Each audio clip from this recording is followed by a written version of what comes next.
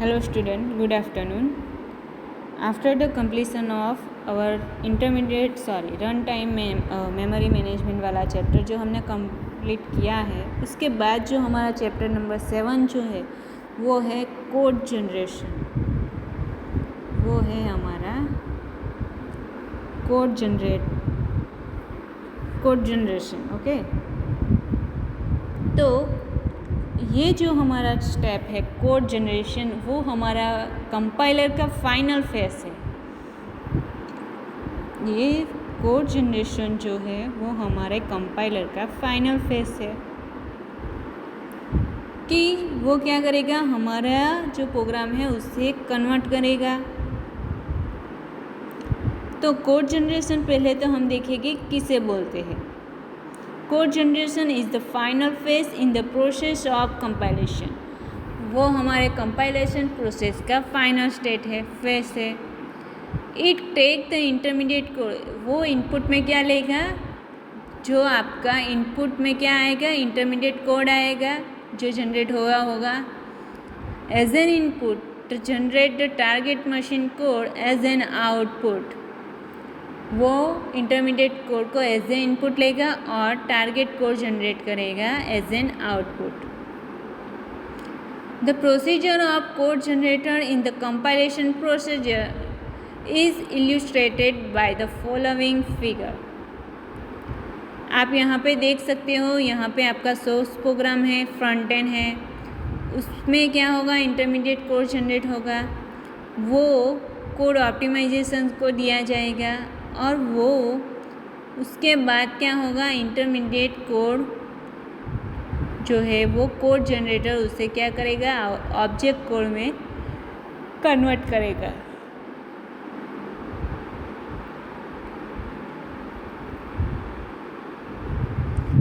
ये दोनों जो लैंग्वेज है, दोनों क्या यूज़ करेगी, सिंबल टेबल का यूज़ करेगी। नाउ जो हमें ये बेसिक था कि कोड जनरेटर हमें पता होना चाहिए। हमारा चैप्टर नाम जो है चैप्टर का मीन्स कि चैप्टर जो है वो क्या डिफाइन करता है, वो किस बारे में है, तो उसकी डेफिनेशन हमें पता होनी चाहिए। तो वही हमने किया। नाउ आपका जो फर्स्ट टॉपिक है वो आपका है issue in the code generation, कि कोड जनरेशन के इश्यू कौन कौन से हैं। तो फर्स्ट जो है वो आपका है input to the code generator. Means कि कोड जनरेटर जो है उसका इनपुट क्या होना चाहिए, वो भी एक टाइप का इश्यू है। तो code generation phase take the input क्या लेगा, वो आपका जो इंटरमीडिएट कोड जनरेट हुआ होगा उसका जो भी आउटपुट आएगा वो एज एन इनपुट लेगा आपका code generator. This intermediate code along with the symbol table information is used to determine the runtime address of the data object। Data का रन टाइम एड्रेस फाइंड करने के लिए क्या use करेगा, as an input किसे लेगा, तो कि इंटरमीडिएट कोड को लेगा।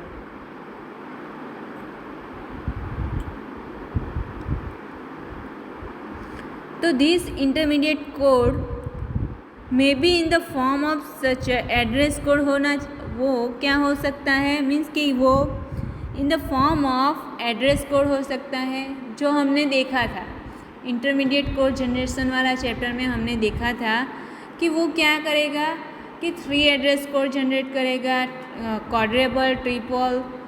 तो उसमें क्या करेगा कि एड्रेस को रिप्रेजेंट करेगा, जो भी एड्रेस है उसे रिप्रेजेंट करेगा। तो उसके लिए 3 एड्रेस कोड था, क्वाड्रेबल था। तो उस टाइप के जो थे उसके बारे में हमने इंटरमीडिएट कोड जनरेशन वाला चैप्टर था उसमें डिस्कस किया है। और क्या करेगा, और ये कोड के सिवाय वो क्या करेगा, ग्राफिकल रिप्रेजेंटेशन करेगा। हमने देखा था ना स्टैक एलोकेशन, फिर स्ट्रक्चर एलोकेशन देखा था, बुलियन एक्सप्रेशन वाला देखा था। तो वो यहाँ पे बताया गया है कि वो क्या यूज़ करेगा, आपके इंटरमीडिएट कोड को 3 एड्रेस कोड में डिफाइन करेगा। तो उसके लिए क्या यूज़ करेगा, क्वाड्रेबल है जो आपका पोस्टफिक्स नोटेशन है, ग्राफिकल रिप्रेजेंटेशन है, तो वो सब का यूज़ करेगा। सिंटेक्स ट्री है, डायरेक्टेड ग्राफ है, तो उस सब में वो क्या करेगा, रिप्रेजेंट करेगा आपके एड्रेस को। द इंटरमीडिएट कोड दूसरा क्या करेगा, generate the front end should be such that target machine can easily manipulate it. In order to generate appropriate target machine code in the front end of compiler, necessary to type checking and type conversion need to be done। Means कि code generator को क्या need है, means कि उसकी need क्या होगी कि उसे नेसेसरी है कि उसका टाइप कौन सा है वो पता हो और टाइप कन्वर्जन करने के लिए उसके पास हो। तो इसीलिए वो क्या यूज़ करेगा, जो भी आपका टाइप चेकिंग होता है वो आपका कोड जनरेटर है वो यूज़ करेगा। उसके बाद क्या करेगा, तो detection of semantics error, means कि जो भी सिमेंटिक्स एरर है तो उसे should be done before the submitting the input of the code generation. Means code generator को कैसा इनपुट चाहिए, जो विदाउट एरर हो, मीन्स कि जो भी सिमेंटिक एरर हो उससे क्या करना होगा, सॉल्व करना होगा। उसके बाद ही हम कोड जनरेटर जो है उसको एज एन इनपुट देंगे इंटरमीडिएट कोड को। The code generation phase require the complete the error free intermediate code as an input. Means कि कोड जनरेशन जो है वो क्या करेगा, जो भी इनपुट लेगा वो एज एन इनपुट लेगा, वो कैसा होना चाहिए, एरर फ्री होना चाहिए। तो यहाँ तक हम